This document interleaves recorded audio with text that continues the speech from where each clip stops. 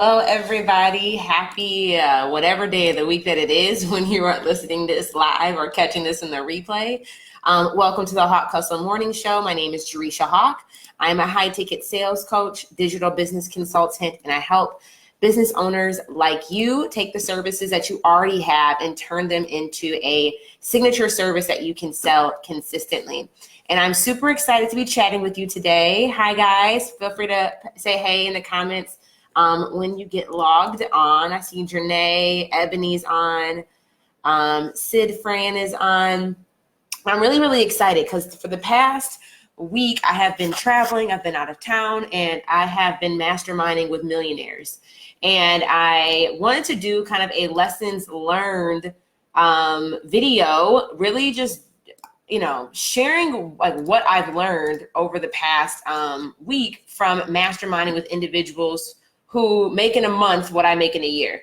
So I wanted to kind of just go through and share kind of some key insights, aha moments, like some really interesting things that have been eye-opening for me when I was, throughout masterminding over the past week, okay? And so the first thing I kind of want to talk about is it is somebody had asked me on Instagram stories, like, what was it like being in a room with, so many individuals who were making a lot more money than me. And I was basically a small fish in a big pond. And what I mean by that is when you look at revenue, like I said, what I do in a year, the guy sitting next to me or the woman sitting next to me was doing in a month. So it was a really, I thoroughly enjoyed the experience. Mainly because I think it's so important for us to put ourselves in environments that make us uncomfortable. And I really enjoyed the discomfort of being the small fish in the room. A lot of the time, somebody at the event actually said, like, if you're only hanging out with your clients, you're going to resemble or embody like the level at which your clients are at.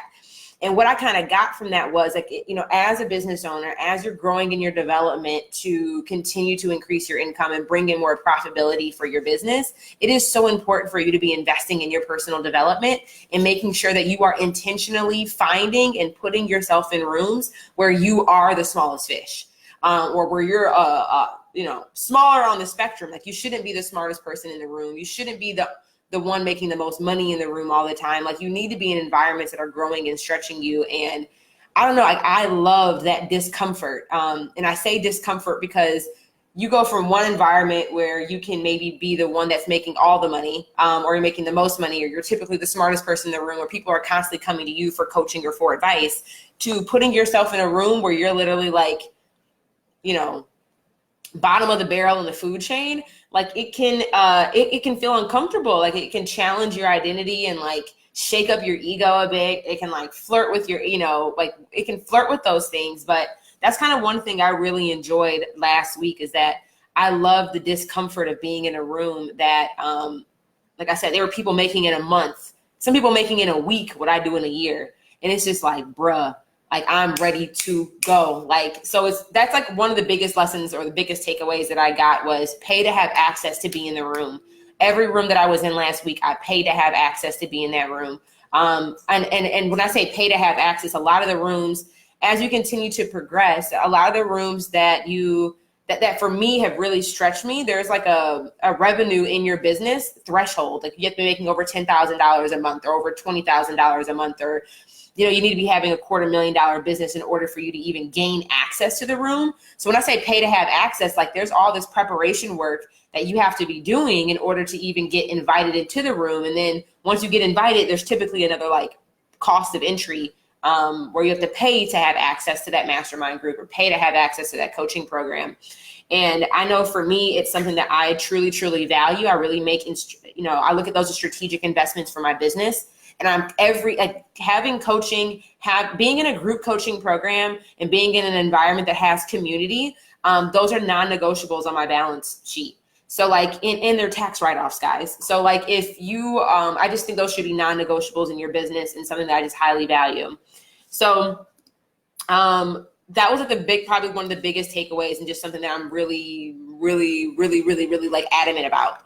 The second thing I wanted to share with you guys, kind of the biggest takeaways, like what were some of like the 4 things that I noticed that a lot of the millionaires did really, really, really well to get to the $1 million. And if that seems of interest to you, just like throw some hearts up on the screen or say like, yes, share those 4 things with us. These are kind of the 4 characteristic traits that I noticed from the people that I was interacting with, you know, from the lessons that I was learning. Like, these were kind of the 4 key characteristic or attribute traits that I noticed. Okay, if you guys, let me know if you guys are doing good over there, because I know we're kind of moving. But the first characteristic trait that I noticed was their like ability to focus. Again, this is probably something I would take notes on. Like, write down the word focus, like in bold, thick, capital print, is focus. And they, like, when I say focus, it's like they have this, they exercise this extreme level of focus. That's like something I noticed from every single person in that room.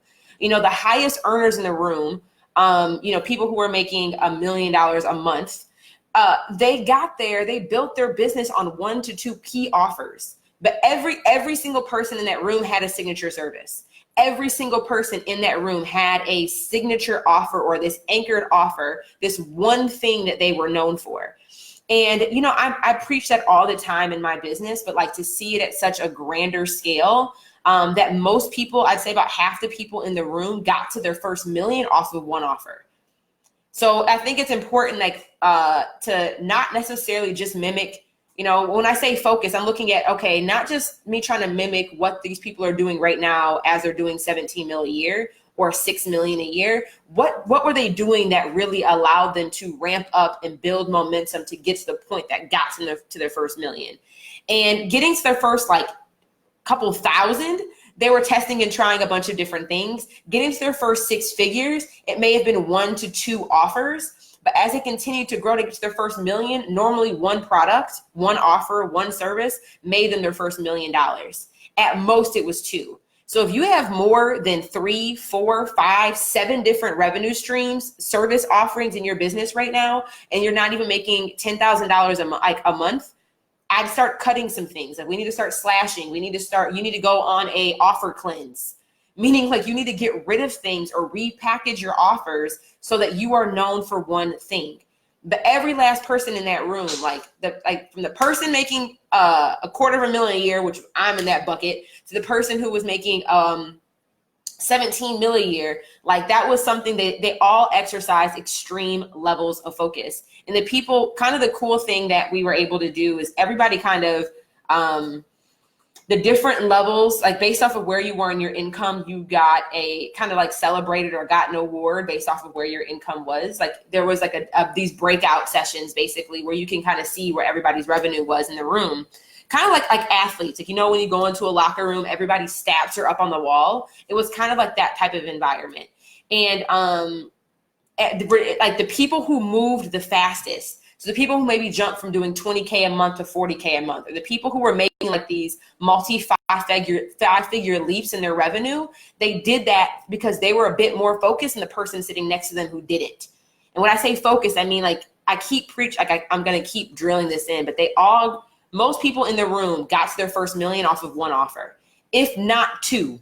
But they all were known. They all had a signature offer. They all had a signature program. They all had a signature service. So, like, really think about that. Like, it's like if you are offering more than 2 things, like, you seriously need to evaluate your business model and evaluate what's really required, like how you need to restructure, repackage. And I say, when I also say, then the second thing that I noticed is there was a very high level of simplicity.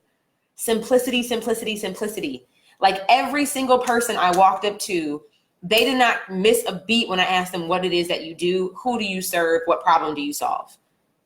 I help, the husband and wife, construction owners grow their business. You know, I help, they were able to be so specific about the problem that they solve.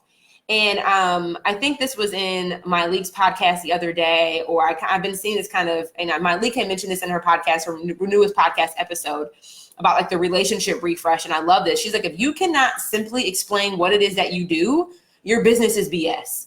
Like nobody's going to take that seriously. Like if you have a difficult time articulating what it is that you do, there's obviously a disconnect with you, like your ability to be able to produce a result for somebody. Because if you aren't sure what that result is, like you're probably overcomplicating the process.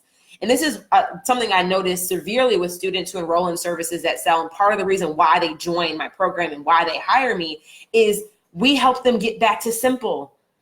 Like if you are overcomplicating your business model, if you are overcomplicating your service offerings, if you are overcomplicating the customer journey, if you are overcomplicating what is required for somebody to pay you, you are like, that is something that I noticed. Every millionaire in that room, they believed in simplicity.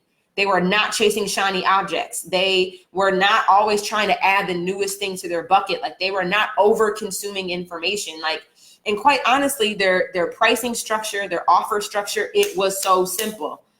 Like you could know within 30 seconds whether or not somebody was an ideal client. Within 30 seconds whether or not that I need this person or I don't need this person.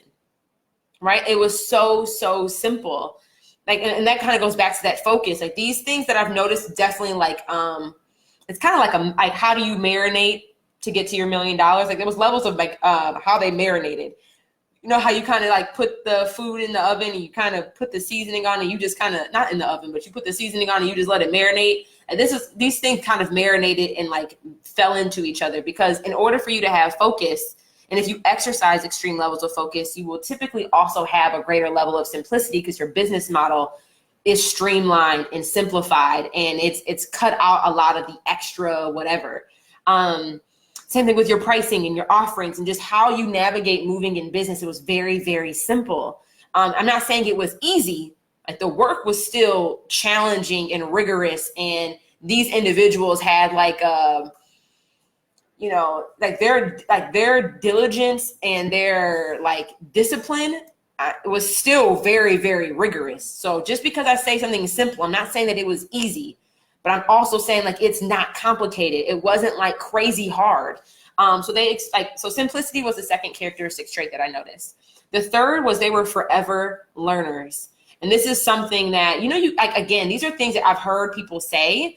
You need to be a forever learner. You need to be a forever student. But like, what does that practically look like?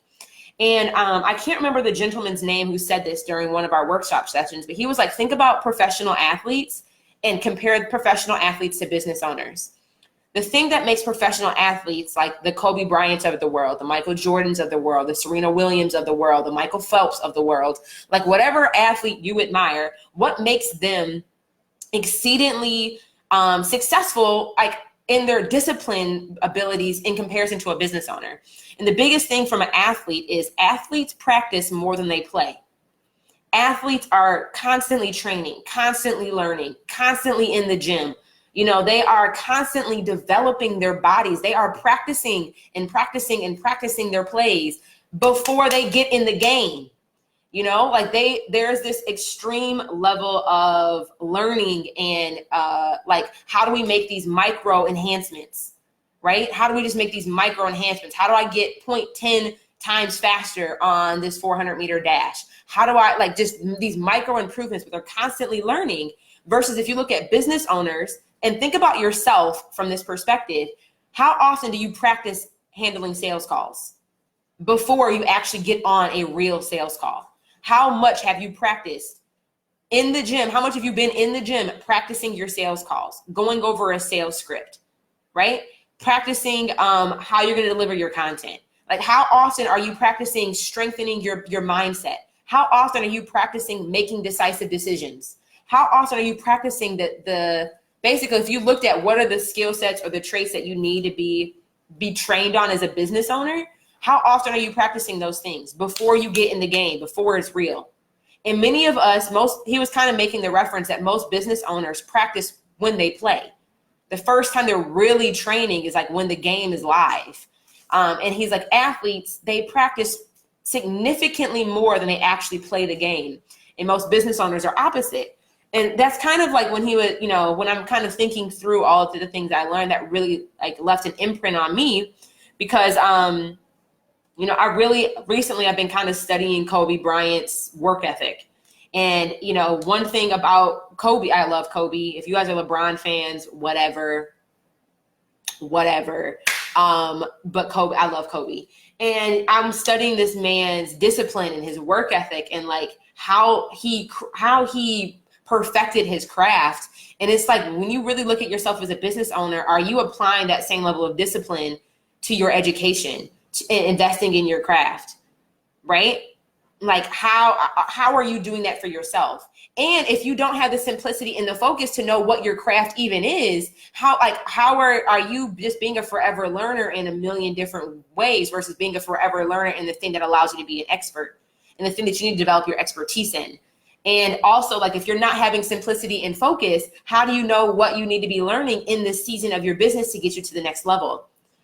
So those were some things, like, they were forever learners. Like, even the person, like I said, that was making $17 million a year was still sitting at that table, taking notes, full on attention, phone off, like pen to paper, just like everybody else was in that room. And I just really admired that. Like, even though they were at a certain level of success, like, it wasn't over. And a lot of, I don't know, like, I just really, really admire that. Like, nobody in the rooms were like, oh, I know everything already, I'm good. It's like, dude, this dude is making over $1 million a month. And like, I know some of us, myself included at times, would be like, oh, I already know this. Knowing something and doing something are two very different things. Knowing better and doing better are two very different things. Knowing the content and actually implementing the content and getting results from the content are two very different things. So the next time you're in a coaching program, or the next time you read a book, or the next time whatever, like, if you're constantly just consuming the information, but you're not actually making it concrete, meaning you're not applying what you're learning, you're not implementing, you're not executing, who cares how much you know? And like, I think that's something that's important too. Like, when you think of this characteristic trait of being a forever learner, it's like, are you just consume? I don't think a learner is just somebody who consumes information. And like, maybe you've listened to every podcast episode, maybe you've read every single business book, maybe you've, attended the event, but that's not doing the work, right? Like, so being a forever learner, I look at somebody who is forever doing the work, who is forever executing, who is forever implementing, who is forever, like, it's not just knowing, it's doing. Like, and it's this healthy balance of consuming more information, consuming focused information that really allows you to simplify wherever season that you're in to get you to the next level. And you're not just learning, but when I say learning, I don't just mean go read more books, go watch more videos, go buy more programs. You buying the course is not doing the work. I mean, forever learners in the sense you're learning, you're applying, you're learning, you're applying, you're learning, you're applying. And you're constantly making these tweaks and enhancements and improvements, okay? So that was something I noticed from everybody in the room, and like, just their diligence to like, people. I mean, the amount, I was talking to somebody, and she was just asking, I had just met her. She was asking me, like, kind of what was going on. And we started talking about, like, kind of what was causing a fear for me in my business, like something that I had a negative experience, and it was kind of holding me back from, like, making a decision in my business moving forward. And she's like, how much did that mistake cost you? I was like, $15,000. And she's like, so was it really a mistake? And I'm like, I was kind of like she was kind of coaching me out of this fear that, like, what, like, I guess when I say forever learners, is like, a lot of the people in the room, they did not look at failure as failure. They craved every opportunity that allowed them to learn. And I think a lot of the time for us, this is something that I'm having to shift my mindset around, that just because I had an expectation to get a specific result and I did not achieve that specific result in the time frame that I had expected, does not mean that it's a failure, or does not mean that that decision was a mistake, or does not mean that that investment was, like, poorly, invested in. One thing that I noticed about the millionaires in the room, they craved any and every opportunity that allowed them to learn. And even if the only way that they could learn was through making mistakes, they were like, so be it. They weren't like, how can I be more perfect today? They would be having this mindset of, how can I make more mistakes today? Because they knew that through mistakes, that's where they learned the most. And through learning the most, that's what will allow them to gain momentum. And through gaining momentum, that's the thing that will allow them to continue to grow their business and be more profitable, is through the mistakes, through the failures, through the mishaps. And like, that's something that I noticed in conversation, that like a lot of the people around me, they craved it. Like they were like, I'm counting, like they look at like their to-do list. How many mistakes did I make today? Like as a bit, like that's a positive thing. And even if those mistakes cost them $10,000, $50,000, $100,000 mistakes, they did not overly dwell on it. You know, I think that's something for me that I'm learning, that if I've made a mistake that cost me $15,000, one, to shift it, was it really a mistake? What were the lessons learned? And based off of what I learned, what was actually the ROI that mistake afforded me to have? Because I now learned something different. Because I learned something different, I was able to do something different and get a different result. How much did that mistake actually earn me in money? What was the real return on that mistake? But I've been dwelling on a mistake for like 6 months. And that has been paralyzing me from making a decision to move forward. And they were like, they did not dwell on that stuff. They were like, she's like, you made a mistake for $15,000. Like, girl, there's plenty of us in the room who've made mistakes that are 100,000, $500,000, $1 million mistakes. You cannot dwell on that stuff. Like, the quicker you can identify what the lesson learned out of it was, and the quicker you can learn what you can do to get a return off of that mistake, you need to like get moving. Like, you tripping right now. Like, she was kind of like going in on me in a positive way, in a very kind way too. But it was a complete identity shift. Like, it was a complete perspective shift. You know, they identified with the lesson, they learned from it, and they kept going. They did not like wallow and sit in this sorrow, like being sad because they made the wrong decision. She's like, think about the wrong decision you be making if you keep being paralyzed by not choosing to do it again, but do it again knowing better. She's like, that is really like, you're like, this self-pity bull crap you're going through right now, like get over it and like move on. Like, the mistake is done, the money is spent, but did you learn the lesson? Did you extract the lesson? Do you got the lesson? Bet, like, keep going. So that was probably the third biggest thing that I learned from being in these rooms last week, was like, when I said the forever learners, somebody said, I wonder if it's a cultural thing. That was a Black woman that told me that. I don't think, when I think culturally, I don't think it's a cultural thing. I think it's a mindset thing. It is a mindset thing. You know, I was watching a video like yesterday. Somebody was interviewing Jay-Z, and they asked him, why didn't you buy the block? Like, why didn't you buy the projects? Why didn't you buy the hood? And Jay-Z was saying, like, it's not me buying the hood is not going to solve the problem.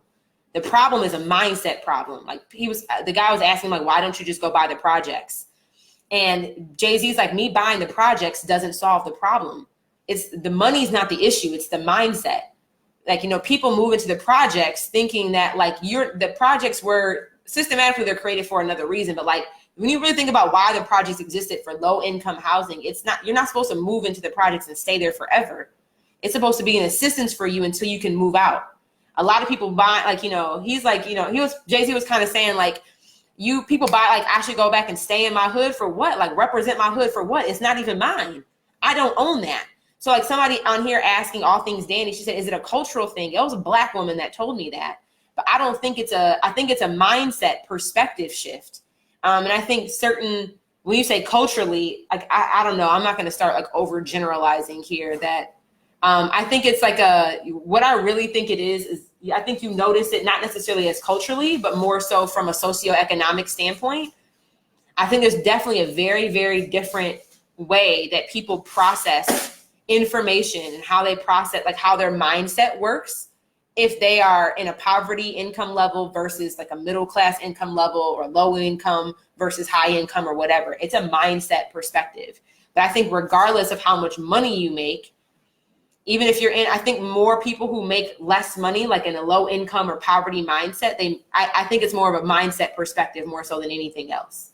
But I think regardless of how much money you make, the fact that you have access to information, you can choose you can choose to change your thought process around how you perceive and digest, how you look at situations. Like, you can choose to start to work on your mindset to shift how you respond to situations, right? Not looking at your circumstances as you get to choose how you perceive your current circumstances.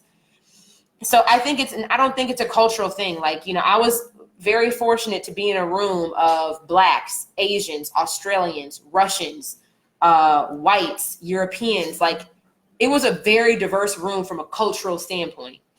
I think the unique thing about the room that I was in, nobody in that room was poor. But that's another thing though. That's another thing. Because when you think about that, I think it goes back to socioeconomic status more so than anything else. Because there were people in that room that were doing $500,000 a year in their business.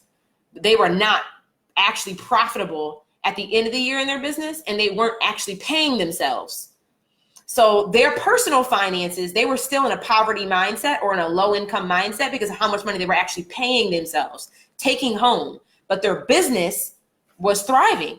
Like their business revenue was great, but because of they weren't managing their money or controlling their expenses properly or accounting for taxes properly, they were not paying themselves effectively. So think about that dilemma where your personal take-home pay is still keeping you like at low middle class, but your business revenue is multi-six figures or $1 million. How that identity dynamic from a mindset perspective can really impact you. So, but my thing is they were still learning. Like they weren't sitting there like swallowing in it. They were paying to be in the room to learn, to grow. So that's like the third point is forever learners. The fourth characteristic trait that I noticed from these millionaires is their decisiveness. Their ability to make decisions and to stick with that decision and go. So many people, I think many of us who maybe not at that level yet, this is something that I think is very, very important as a characteristic, a skill. Like I think being decisive is a skill set that you have to work on, especially when you're making decisions that you've never made before. And you're having to make decisions in your business when you don't have all the information. Like, and that's a lot of business. You don't know all of the variables. Like you don't know exactly how things are going to play out, but yet you still need to make decisions and move on those decisions. Like if you're constantly sitting in this limbo of like, do I do this? Do I not?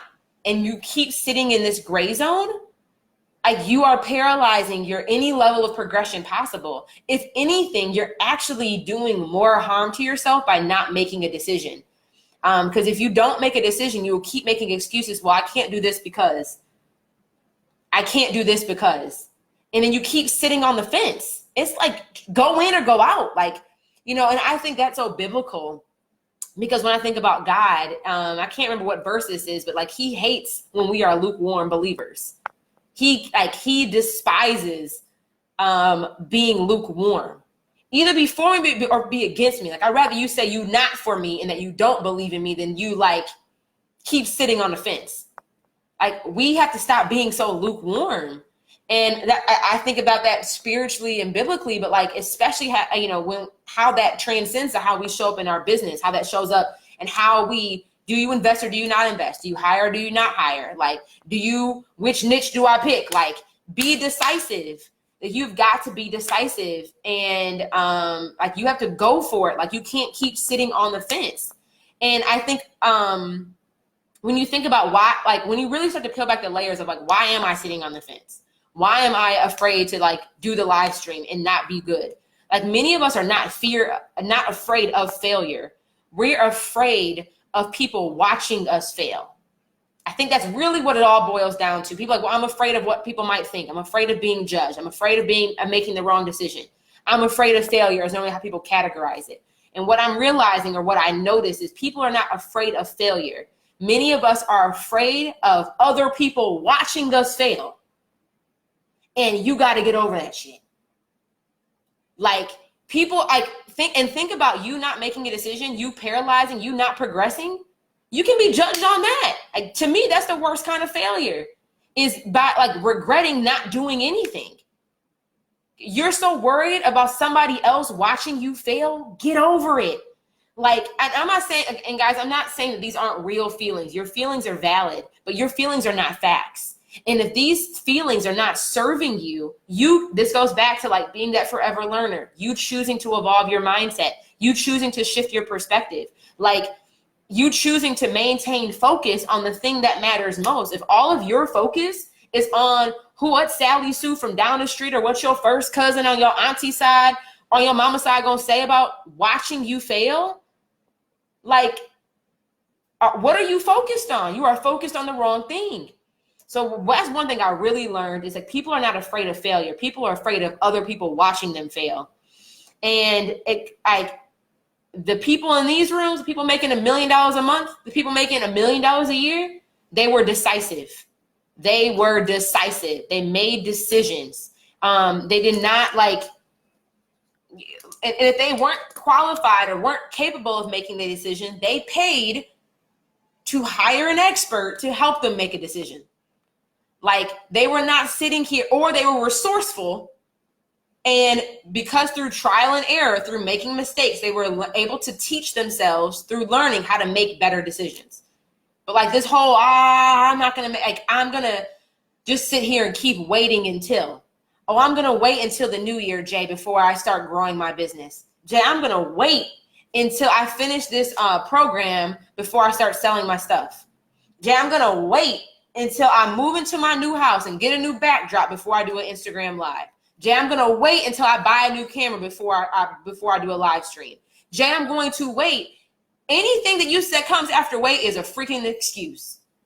Like 9 times out of 10, guys, I'm overgeneralizing to a degree here, but 9 times out of 10, many people right now, like you do not need to be waiting to go make money.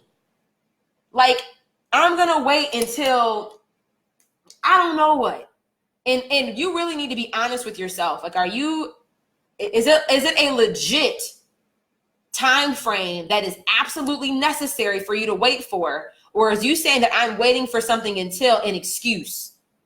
And you have to be honest with yourself about that, like that is a choice that you have to be honest with yourself about, because life is real. Maybe, but people, like, I know one thing, somebody asked, like, Jay, why did you join these masterminds? And I paid a healthy amount of money for the masterminds that I'm in right now. Like literally almost what my college tuition was for my undergraduate degree. Like pretty much I invested this year of what I would have paid to go to get a master's, like pretty much. So you guys get perspective. Somebody who's not in the business world said, Jay, aren't you getting married this year? Why did you invest this much in your business? Like, why did you join all these more expensive, quote unquote, masterminds if you're getting married this year? Like, shouldn't you have waited until after you got married? And I looked at her and I had to realign myself. I said, one, these investments are not, and expensive is relative. I've never spent this much money on my business before, but then again, I've never made this much money in my business before. It's a perspective shift.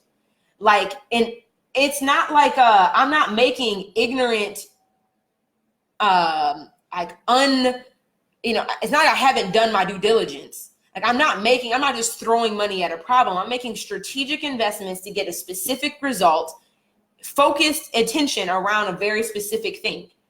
So for you to say that it's expensive, it may be expensive to you because you do not have the capacity to be able to make that investment right now, but it would be much more expensive to me in my business not making these decisions because of how much money I won't make if I don't invest. Is me spending $50,000 in a year expensive if it positions me to make $1 million in the next year? Hecky no. $50,000 compared to 7 figures is, I don't even know what that return on investment would be. It would be dumb for me not to spend the 50 grand if the outcome of me spending 50 grand allowed me to make $1 million, right? It's like, that doesn't even make sense. So one thing is like expensive is very relative. And 2, if I was more concerned about what this person thought about me, more afraid of them watching me fail, then I may over process that person's perspective. But my thing is giraffes and turtles, y'all. And I've talked about this a ton of times with you. That turtle, and it's not me saying that turtle is beneath me, but that turtle just doesn't have the perspective and the vision of what I can see. Right? That turtle can only see the height of the grass of it standing in front of it. I am the giraffe. I see the horizon. I see the vision. I can see the whole, I just watched Lion King. I can see the whole safari. That turtle cannot see that vision, cannot see that perspective. Sometimes we are taking advice, being afraid of somebody watching us fail who does not have the vantage point or the perspective of what we can see. You can't be over analyzing what this turtle just told you. That turtle can't see what you see. That turtle ain't Simba, who can see the whole kingdom. That turtle is not, sitting at the top of the throne where they can see the whole village. No, you got to be careful whose perspective you internalize. But my thing is, they were saying, well, shouldn't you have waited until after the wedding? My thing is, my personal life should not, like, at least for me, my wedding is not going to dictate how much I invest in my business. Because one thing I think is also important, my money is not mixed up, right? Even though I'm a business owner, Jerisha still gets paid a salary. I am still, Jerisha Hawk is employed to the business that I birthed. And I think that is a huge perspective shift that many of us need to distinguish between. Just because you own the business doesn't mean you own every dollar you make in the business. Being a business owner means you have the first right to touching the profit. But that does not, every dollar you make is not profit in your business. You know, like, just because my business makes $250,000, $300,000 a year right now doesn't mean that Jerisha Hawk takes home $200,000, $300,000 a year. The business makes that much. Jerisha's still on salary. Jerisha is still an employee of the business. I am in service to the business. I can be fired just like anybody else on my team can be fired if I'm not being in service to the business, even though it's my business, right? That's something you really need to distinguish between. That's something I see millionaires doing very, very well. They look at themselves as employees of the business. They also happen to be the business owner, which means that they have first right to profit in the business. Just like if you are a shareholder in a corporation, you get paid a dividend check.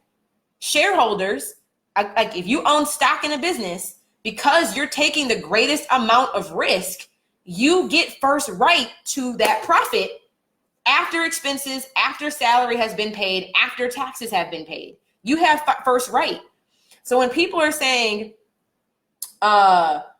Jay, you have a wedding to pay for, why are you investing all this money in your business? Baby, my money is separate. What I take home, you know, and I don't make crazy amounts of money. Like, I don't take home crazy amounts, mainly because I choose not to. Like, I take home a healthy salary. But it's not like I'm paying myself, like if my business is doing $300,000 a year, I'm not paying myself $200,000 of that. Like, I'm paying myself a healthy salary because part of, I'm choosing, because I'm in a growth phase right now, to have a certain amount of allocated expenses to continue to grow the business. But I am not reinvesting every bit of profit back into the business. Because just like a shareholder, that's not profit then. If you're reinvesting every dollar back into your business, that is not profit, that is an expense. So I think people don't understand the difference between that. Jerisha Hawk is on salary. Jerisha Hawk gets a fixed salary income every month, just like every person on my team does. Every contractor I have on board, they get a fixed amount of money every single month. I get a fixed salary every single month. But because I'm taking the lion's share of the risk in my business, meaning that like I am the employee to the business, but I'm also the business owner, I hold the greatest amount of risk versus anybody else on my team. I built the boat. I created seats where other people can row and help the boat move, but I still made the damn boat. I'm taking the greatest level of risk. I have first right to any additional profit that we make in the business. And I can choose to add those out as distributions as I see fit. But me waiting until after my wedding, for me, is dumb. How much money could I be losing out on if I wait another year before I make these investments to grow my business and make more money? How much more money would I not be making if I were to wait a year? Hecky no. My thing is, how much is wedding about to cost? Bet. How much more money do I need to go make? Revenue-wise, so I can give myself a bigger dividend check because we have more profit in the business. That is my mindset. Not how can I hoard what I have right now? How can we make smart investments right now so we can make more money in the course of the next year to pay for this Turks and Caicos wedding? It's a different perspective shift. It's not how much is this going to cost, it's how much money do I need to go make. That is a different perspective shift. So like people tell me, oh, I need to wait until, or people tell me, Jay, I need to wait until after I have this baby. Like, bro, we got 9 months, and I'm not pregnant, y'all, but I'm just saying, if I was, I'm like, I got 9 months before I give birth, bet. How much money do I got to make in the next 9 months? That's all I'm saying. How much money do I got to make?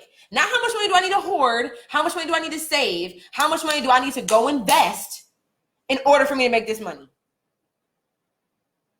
Like, exactly, that wedding is a different bill. Like, you cannot be mixing your personal finances and business finances because they are separate. They are not one and the same. So quickly recap here. 4 key attributes that I learned from masterminding in rooms full of millionaires is their ability to focus, their level of simplicity, their dedication to being forever learners, and their ability to be decisive and make decisions. So kind of like wrapping all this up, like I said, they exercise these extreme levels of focus. And the highest earners in the room built their business on 1 to 2 offers. Typically, they all started selling services first, which is something that I loved to see. Everybody sold one-on-one services first. They typically would repackage that one-on-one service into a group program. Right around by like the $50,000 to $100,000 mark, they would sell that group program until they made $1 million. Like, that's it. Like, that's as simple as how do people make their first million. That was how they did it. They perfected figuring out what their methodology was going to be. They got to a point where they were sustainable in their business, like where they were able to actually make $2,000 to $3,000 a month, $20,000 to $50,000 a year selling a one-on-one service. They repackaged that one-on-one service to a group program. That group program became their signature program. They rolled that signature program until they made $1 million. It was like, it's that simple. And for the vast majority of them, like I said, 1 offer got them to the first million. Everybody in the room didn't have 1 offer that got them to the first million. Some had 2. But I can guarantee you, didn't nobody in that room get to their first million off of like 3, 4, 5, 7 different offers. That wasn't how it worked.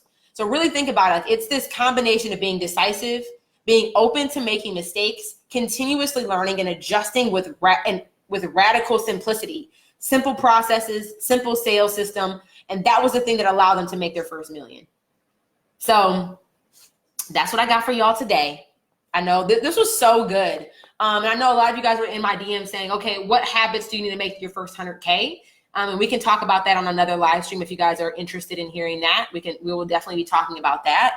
But it's just like really evaluate your habits. Evaluate the characteristic traits that you're bringing to the table and really start to see, like, where can I be more focused? Where can I simplify things? Where can I be a forever learner? How can I be more decisive? And again, what can you do to be a small fish in a big pond? Like, what can you do like that? Yeah, it's uncomfortable because it messes with your ego. Like, if you like, what? I'm a small fish again? $300,000 a year ain't winning? It's like, no. It's like, how can you make $300,000 in a week? It's like, okay, it makes you think completely differently about your situation. And even if you're not ready to be in that room yet, it's like, how can you be in the room, like whatever room you need to be in for the season that you're in? I think that is the most important thing. Because if I couldn't even have access to the rooms that I was in right now when I started my business because I wasn't making enough money to qualify to be in those rooms. But it's like, what can you do to create this healthy level of friction? All pressure is good. Like, what can you do to add a little bit of weight? Like, to add a little bit of friction, to make you a little bit uncomfortable.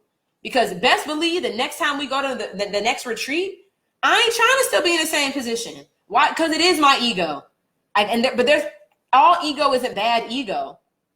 Like, there's this ego that I have. I don't want to, like, I want to grow in rank in the pond. So like, I'm about to be committed over the next quarter. Like, what can I do to go from where I'm at right now to like, to rank up? Like, I want to keep ranking up. So I want to be in a room that like, it feels uncomfortable, and that discomfort drives me to work harder, like drives me to be better, like drives me to think bigger so I can move up the ranks. Like, I want in the next year for somebody to come into that room and sit next to me and be like, the same way I'm having this conversation with you guys about what I learned, I want somebody to sit next to me and be able to do that. Like, man, guess what I learned from this girl, Jerisha, this past weekend at this mastermind retreat? Like, man, she's making me think bigger. She's making me act, like, move differently. She's making me like level up. Like, that's what I want to, that's the type of inspiration I want to be to the next person in the next room a year from now, at the same level that this person sitting next to me making 17 mil a year did for me. But focus, simplicity, forever learners, and decisiveness. Decisiveness. We got a couple more minutes before I log off. So if there's any questions you guys have, pop them in the comments. and we can do a quick Q&A. Yeah, Kimberly said, I preach that to my people. Like, you can't keep going back to events and not doing the work. Exactly. Like, going to the event is not doing the work. Buying the course is not doing the work. Hiring the coach is not doing the work. Doing the work is doing the work. And my thing is, like, have focus. Don't keep going to 15, 11 events, right? Like, I'm invested in 2 programs right now. That is it. For the next year, you will not see Jerusha at any other event unless I am paid to be there. You will not see me anywhere else. Why? Because Jerusha has the blinders on. We're going straight Call of Duty on him right now. Okay? That's it. I'm going straight Call of Duty. I got sniper focus. Jerusha is sitting out on some mountain hill with radical focus right now. You will not see me in any other room unless I was paid to be there. I've literally canceled speaking engagements I was supposed to go to for the remainder of this year. I have canceled trips for the remainder of this year. Why? Because Jerusha is focused. I'm in 2 mastermind. I'm in a group coaching program and I'm in a mastermind. That is it. My focus, get to $1 million. My focus, help 1,000 of you make your first, get you to a point where you are self-sufficient in your business. That is it. My focus right now, I want 1,000 people to go through services that sell. Why? Because I want 1,000 of y'all to learn how to package and sell a 4-figure offer in the next year. That's it.